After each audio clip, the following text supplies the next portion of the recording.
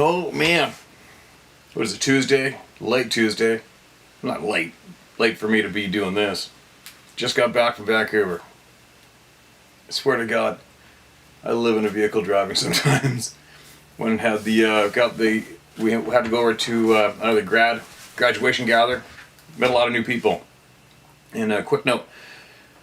So we met some very fine human beings. I mean, fine human beings. Very intelligent, aware, kind, honest, brave, intelligent human beings. And it's funny, I'm going to say this.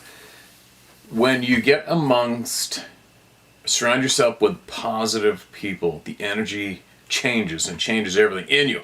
It can make you almost be in a bit of a frenzy in a way. When you're communicating, telling stories, going back and forth and listening and speaking and listening and speaking and it's almost, it can be explained as almost exciting in a way to meet new human beings and listen to their journey so far, and especially if they are a positive energy. Then it combines and it just is like a crackling fire, good fire, right? It burns bright and positive. I'm really tired. Maybe that's a bit of a weird babble, but it's something that's been in my head while we're traveling home, is how when you meet people who are higher vibration, you really notice it. And I have unfortunately had a lot of negative vibration around me for some time. And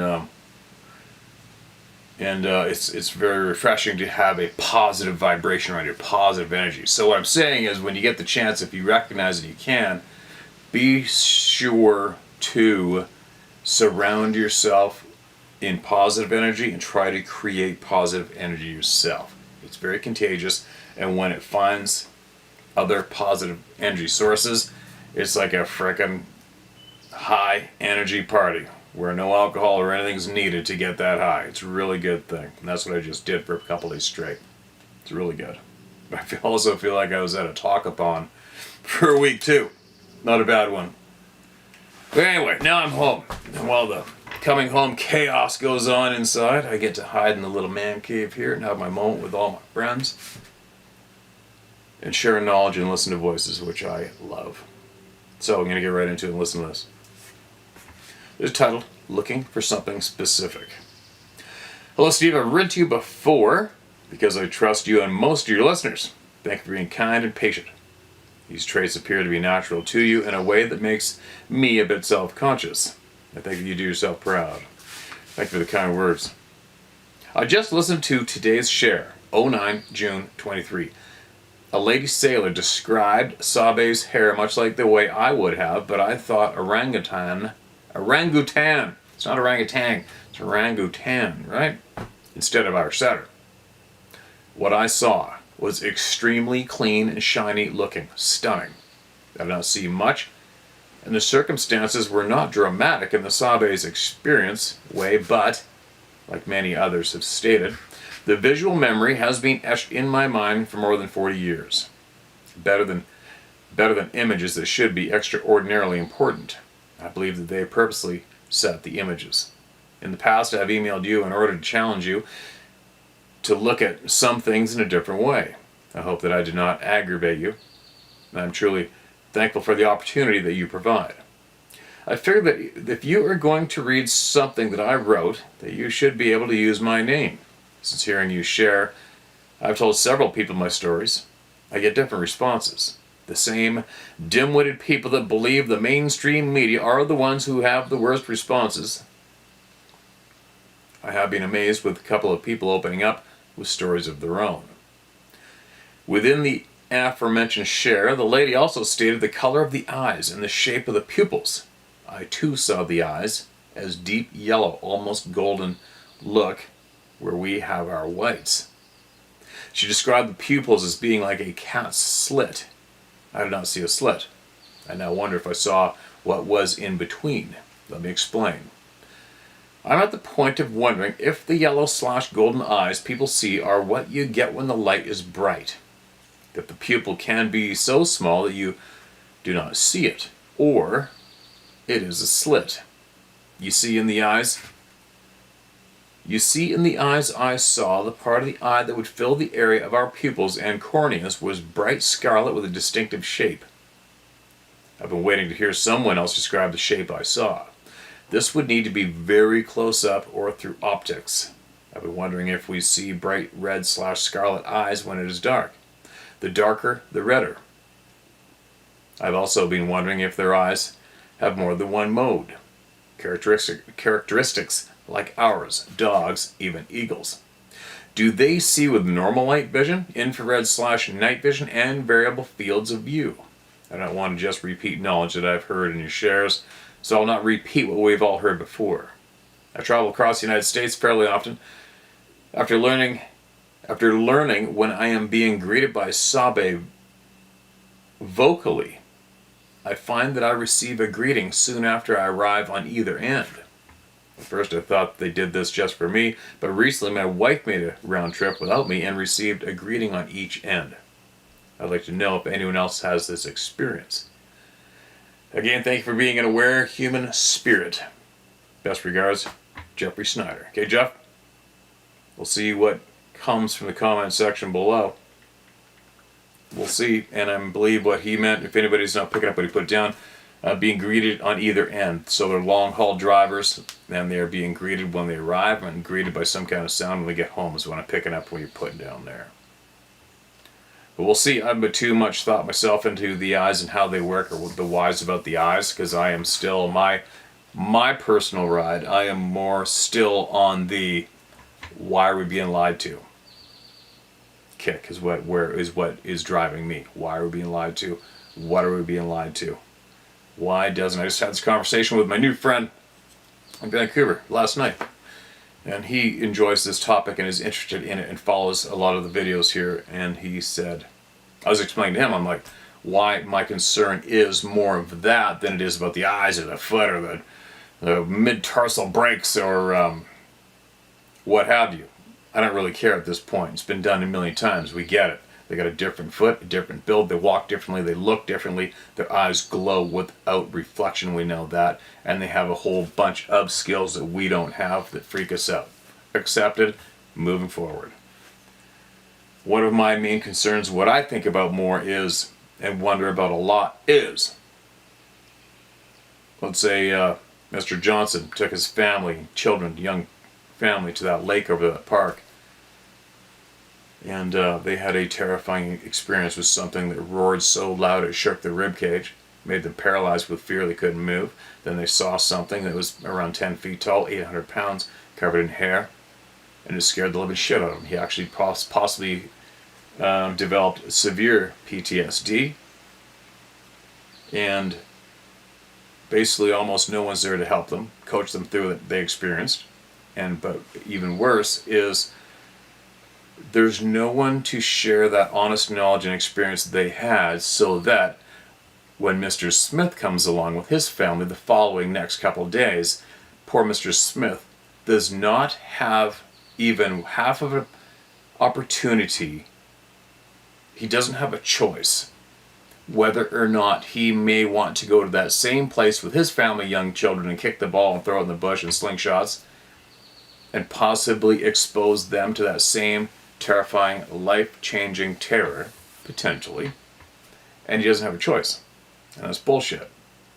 I know I'm going on a bit of a babble, but it's an important one, I feel. And that is one of the main serious things that I feel are very serious. And another reason, that's another factor that keeps me driving forward doing this. I'm not going to stop. Because of the Mr. Smiths and the Mrs. Smiths, and that do not have the choice of possibly exposing themselves or their children to this at that same place where it just went down 2 days previous. That's not fair. That's a major penalty. Right? So there.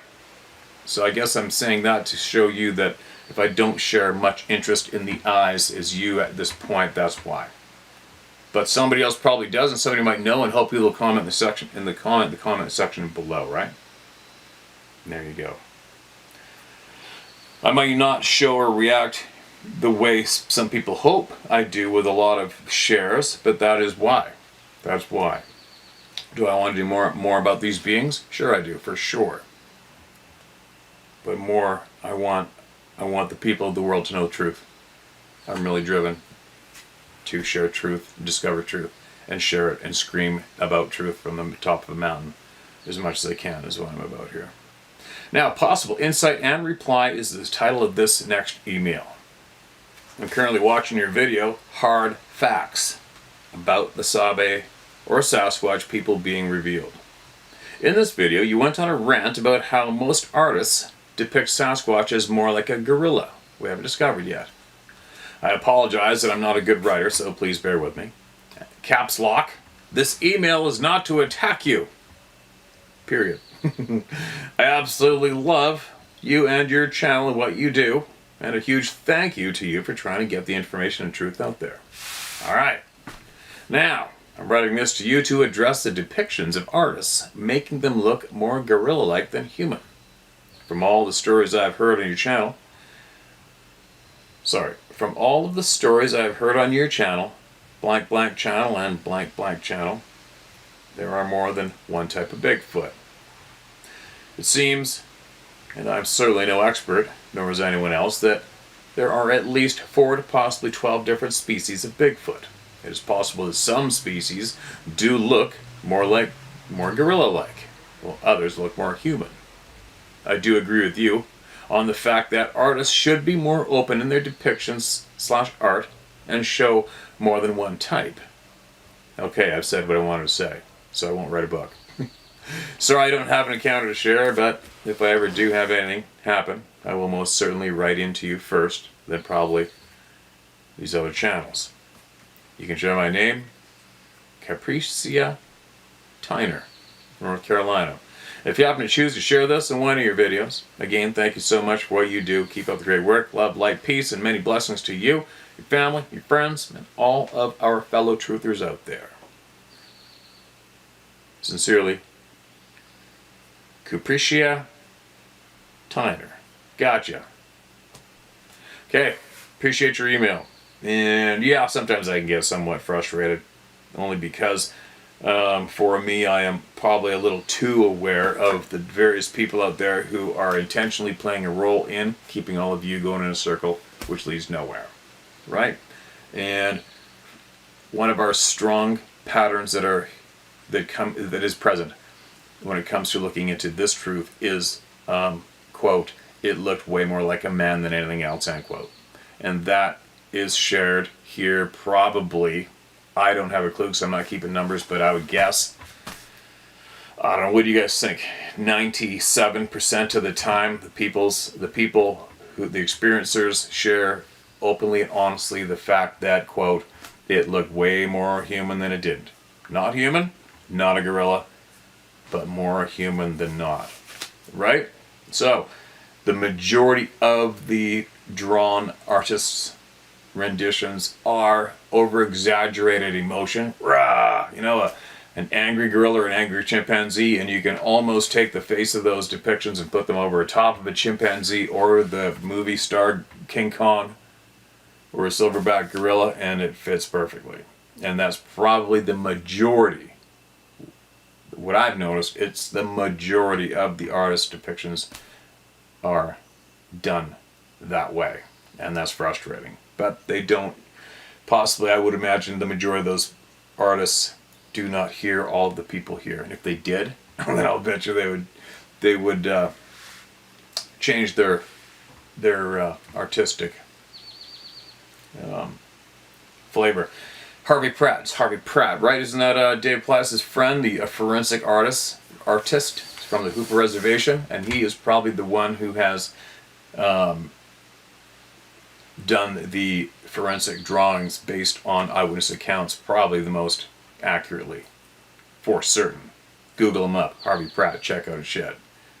It's very, very good, and believe me, not too many artists even come close to the images that he creates and shares, do 100% direct from descriptions. Babbling. All right, here we go. Here's another one. My experience. Hello, Steve. This was my experience. All right, here we go. I was at a family member's home in the Weston's Mills, New York area, where I also hunted many times in the woods behind this property for years. Excuse me. This is located in Cattaraugus. Cattaraugus? Is that a name? Cattaraugus. Cattaraugus County in southwestern New York, about 15 miles from the Allegheny National Forest. I had stepped from my mother's residence next door to my brother's home to let their dog outside to potty. I waited just outside the door on the concrete slab leading to the driveway for it to finish. It was early morning, it was 7 a.m. and autumn. The weather was overcast and cool. Suddenly an immense, huge scream let loose from the woods behind the property, and it rattled me to my core. The dog that was another 40 yards from me, sniffing the grass, about to do its business, streaked past me like a rocket. Terrified and nervously waited to get in the door while I was only 4 feet away from this door, also grappling with the doorknob to enter quickly. I really didn't think I spent much time in the woods after that hunting whitetails because I did hunt alone. That scream still haunts me today. It was no puma. However, there is one that lives in these woods. Just letting you know that I know the scream of a puma, and this is no puma. I've not heard it since. The entire valley shook with the immensity of this scream.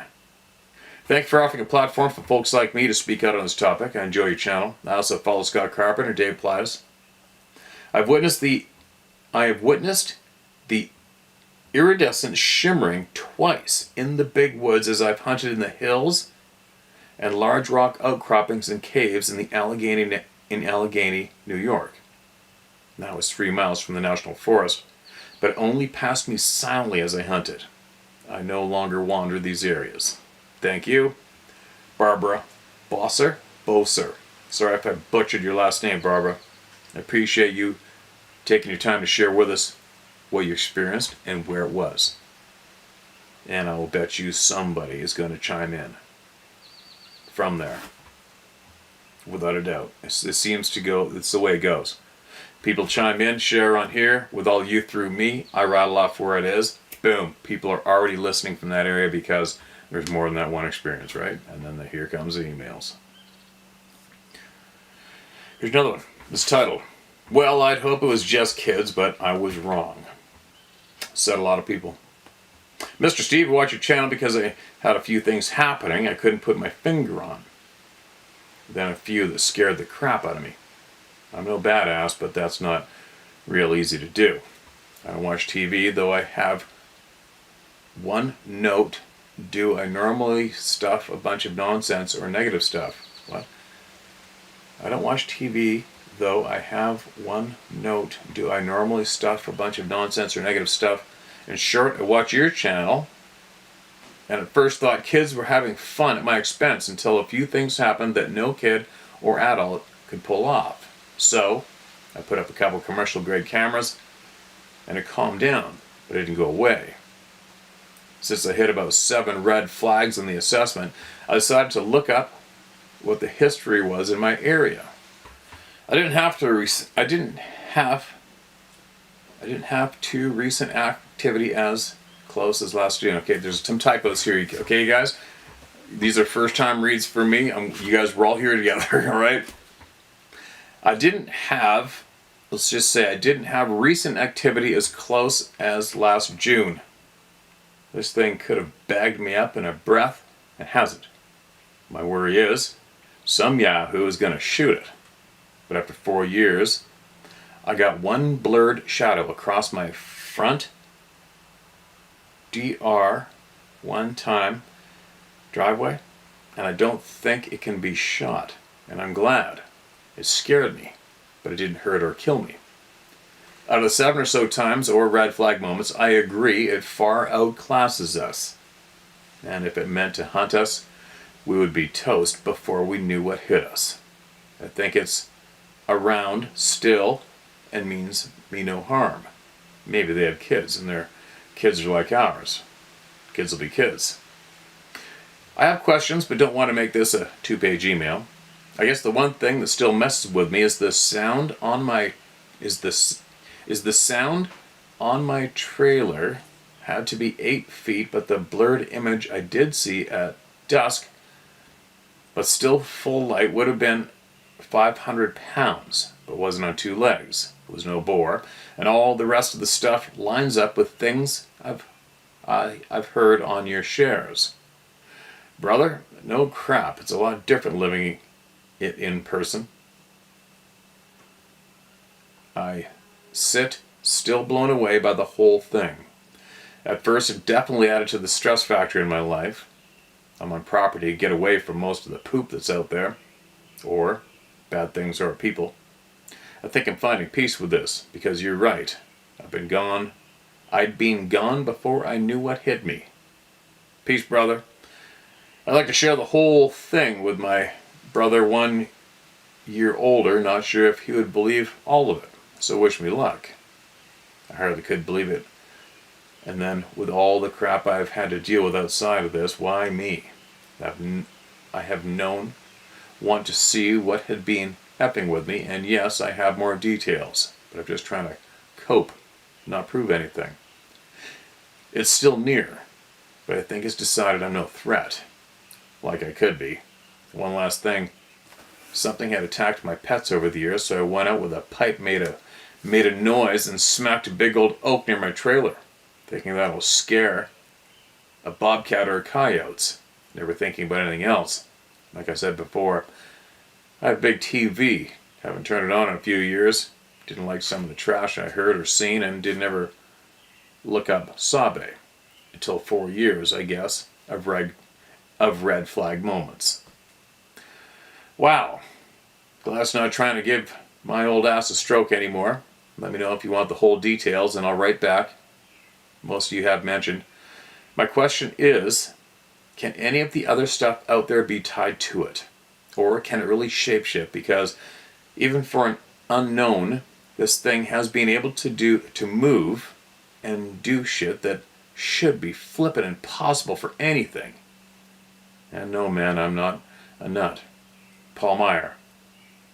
Past carrier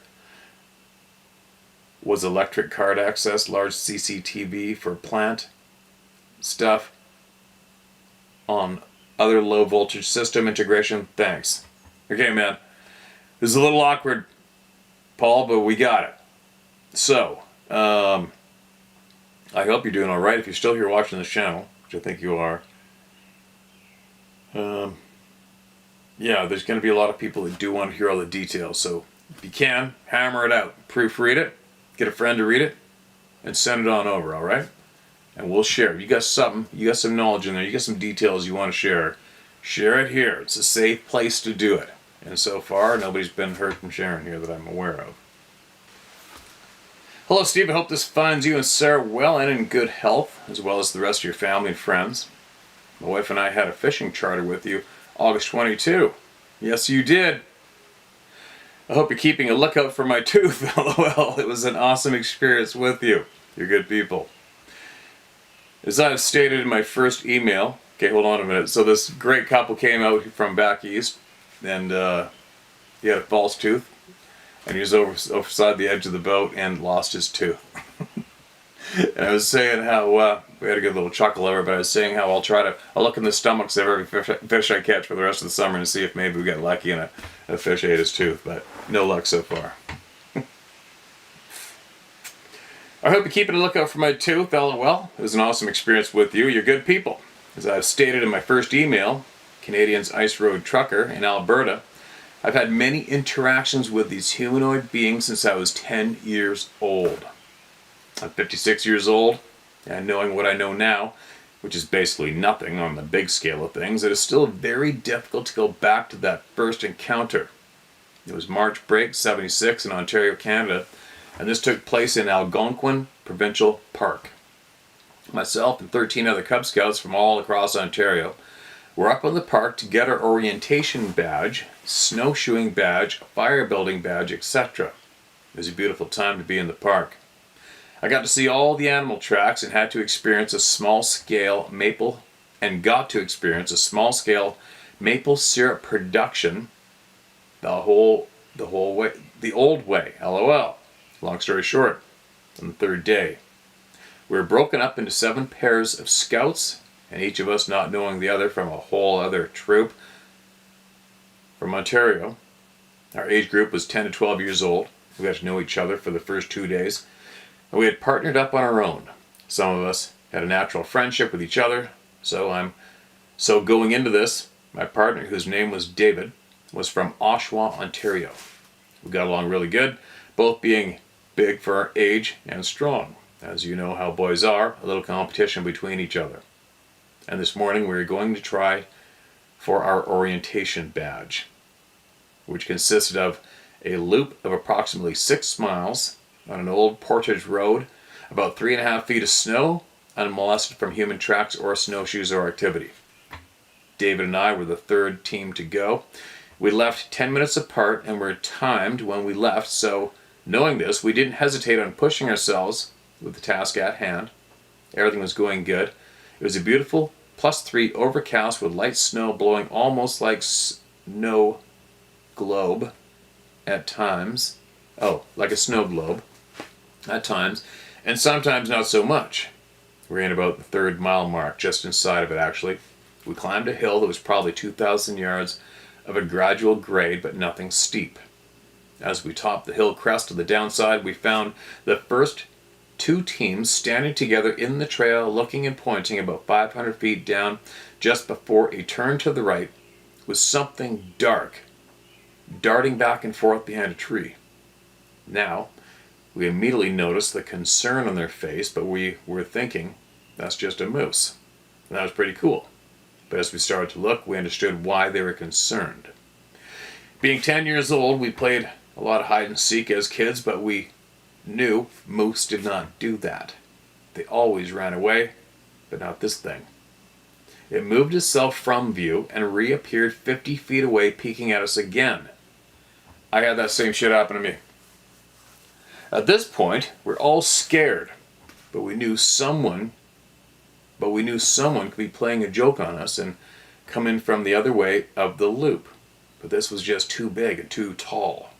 We never got a real good look at it. It being about 500 feet away, we had no binoculars. Only our scout leader, Brad, age 18, had them with him, and he was behind us, bringing up the rear teams. Unfortunately, when Brad arrived, he acted like most adults and immediately started giving us hell about screwing up our times and the exercise of the day. When he did notice how scared we were, he asked us what was going on, and we all pointed down the trail and said we believed there was a moose down there, and we're not going to go any further. This was followed by an immediately scarfing from Brad, determined to be the fearless leader, put the binoculars he had on this thing. Welcome Brad to the club of no return. He immediately started shaking and trembling and uttering the words, "We've got to go. We got to go now." We all listened as he said, "Let's get back to the cabin as quickly as we can and leave no one behind." He didn't indicate what he's seen.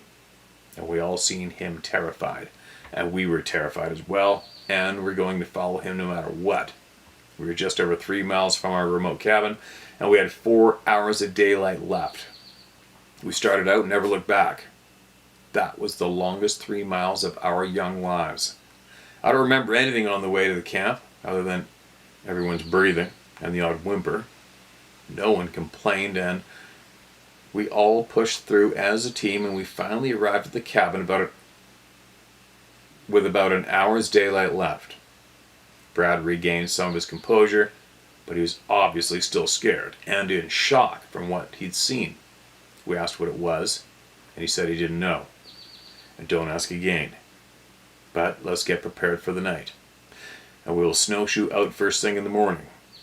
We were instructed to get enough firewood to do a week if we had to, and yes, this terrified us. The wood pile was about 120 feet from the cabin. Shit, I think I read this, didn't I? I'm gonna keep going. It consisted of maple and birch and the odd black spruce. Most of it was split, although there was some round ones about 5 inches across, approximately 5 to 8 pounds each piece. We worked as a team, and we got this done. We were instructed to put the winter covers on the windows, which are facing the woodpile, and the door. Well, we got inside and got a great big fire going to keep us warm. Brad could not let us cook anything. Brad would not let us cook anything. And that concerned us as well. He said, "I know you all have chips and chocolate bars, so eat them up, because we're not cooking on the fire tonight." We proceeded to start the longest night of our young lives. Now, I'm not afraid to tell you, a lot of us kids had soiled themselves because of this unreal, terrifying, life-changing experience. The outhouse was on the other side of the woodpile, lol. That sucked, but we're already soiled. Shit, this is brutal. That's brutal.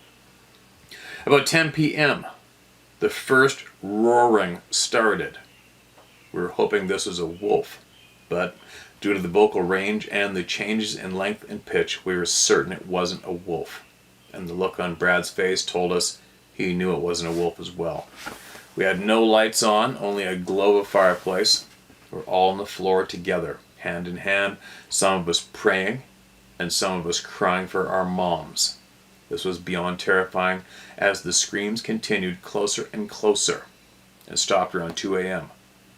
Now, none of us was sleeping, and Brad was a total wreck, almost incoherent and muttering. We got a short break from this activity, and then around 3 a.m., just when we thought we were going to make it, that's when the booms started. Now, if you're familiar, as I know you are, with a 12-gauge shotgun, particularly a pump action, there was 3 booms with a pause in between. That's the only way to describe it.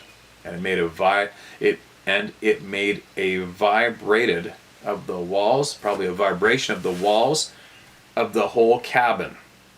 The walls were actually moving with each boom. We were absolutely terrified. As a little kid, desperation, panic, fear, and wanting your mom, it's so very hard to go back here for me. But I know now I have accepted and faced this fear. I don't know how long this lasted as being that scared. It can take away the time and memory. I myself was woken up by Dave at daylight. I was confused and shocked by being woken up. I truly do not remember even trying to sleep at all. I can say I was not alone because others were sleeping as well. My only thought is that the fear was so intense, we all blacked out. We made sure everyone was all right, and we proceeded to talk with Brad about our exit plan. And this is pretty simple. Get the snowshoes on and get back to the main campground, and that was 3 miles away, and he said, "Don't turn back." Well, it took us approximately 30 minutes to get the courage started out with the plan to leave the cabin, and as we tried to open the door, there was a firewood blocking the door. We had to push through the firewood to get outside, and on the side of the cabin wall was all smashed in like someone took a sledgehammer and beat on the old logs. We could not understand what we were seeing. There were no tracks but ours. What the F, right? There's approximately a full cord of firewood laying all around the side of the cabin facing the woodpile. Brad and David and myself and a couple others walked towards the woodpile until we found a huge, human-shaped 5-toe tracks, which weren't a whole lot smaller than some of our snowshoes. The footprints was beside the woodpile about 120 feet from the cabin door. So, we understood as 10-year-olds how much power it took to launch the firewood like missiles at the cabin. It's truly amazing what fear can do to a body so young. And it's also amazing how your body will naturally react in a situation like this.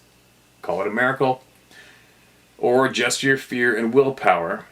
We all turned and headed towards the main cabin that was 3 miles away. I never seen anything.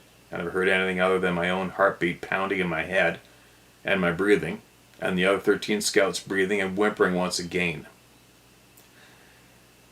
As a team heading towards salvation, that was more scarier than the 3-mile snowshoe the night before as we seen the tracks. Absolute shocking fear. Well, we all made it back to the main camp, and much to the surprise of the head counselor in charge of the camp, he was wondering why we were so early. It didn't take him long to assess something was terribly wrong. We were told to take a knee as Brad went into the main cabin and briefed the counselor of our experience. Only a couple of us tried talking about the tracks, as only a few of us seen them, but everyone was still in shock. and still scared. Brad emerged an hour later, informing us that our parents were called and was on the way, and that this was a wildlife encounter with an early spring bear and nothing more. And sometimes this happens in the bush. When my father arrived to pick me up, he asked what happened, and all I could say was, I don't know, but it scared us so bad. And they canceled the rest of the week. And he said, you also smell like shit, lol. No doubt. I never stayed in contact with anyone from this experience, and all I can tell, it changed my life, and no doubt everyone else's. I let this fear get the best of me most of my life, but not anymore. Anyway, I'd just like to say one thing. I am now more curious than ever about this being, and let me point out, I am still afraid. No matter how many times you have this experience, and if you're not afraid, you're full of shit. Sorry, just my thought. Take from it what you will. One last thing, Steve, I'd like to say. We as modern humans are no longer part of the natural world, but these beings have adapted to be masters of nature, no doubt. Best regards, a proud New Brunswick Canadian, Mikey. Mikey, appreciate you, man. Thoroughly enjoyed meeting you and your wife and fishing, too. You put us right there. And that email also expresses easily the importance of sharing true knowledge with the community, with people we know. There's no reason not to. Not today. No more. Well, I don't want to sound like I sound crazy. Who gives a shit? Our truth is crazy. This planet is crazy. There's absolute crazy insanity being drilled into the community and our children daily via these things, or they're the TV screen, right? There is nothing to be afraid of. You're not crazy. How many people do you guys think know this truth today in the planet? Know it from first-hand experience or hearing it from someone they trust with their life, right? Who knows? I would, from the sheer number of people coming here, and I don't have that big of a reach. I mean, there's people out there who have a reach out to millions and millions and millions of people non-stop. I mean, there's somewhat millions here, but when it comes to the global population, we're just a speckle, right? But as common it is to hear from people about these experiences here, I don't know. What do you guys think? Over 1 million people? Is there possibly over 1 million people alive today on this planet who know this firsthand as truth?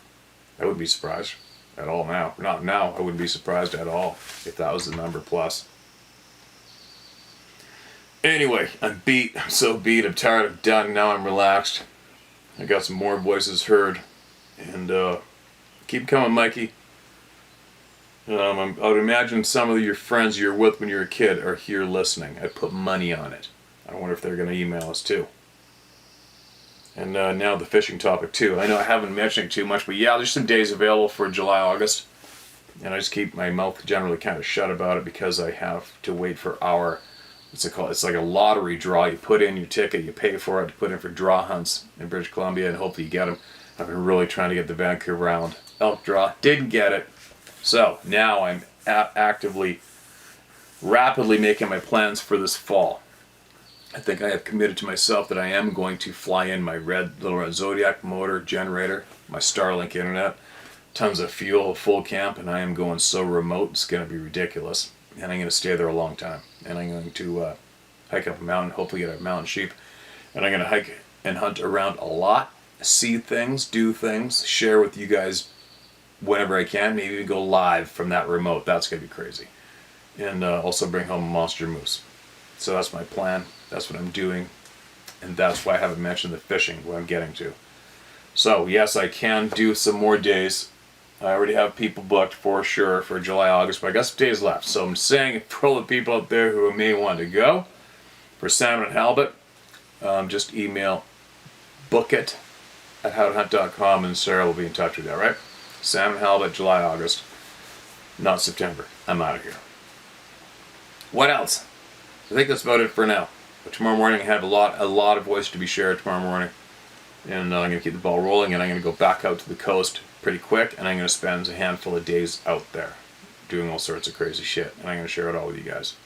and I'm going to talk to more people. And then soon, hopefully, if I get a few days, I'm going to go back to the coastal mountains and I'm going to hook up with a bunch of my friends there, friends that I know are here watching me.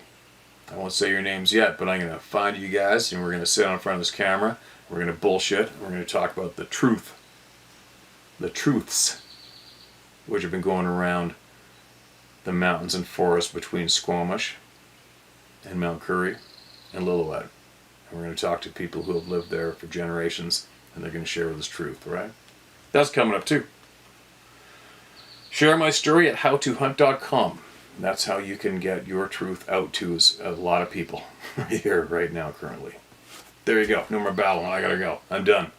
I'll be back shortly.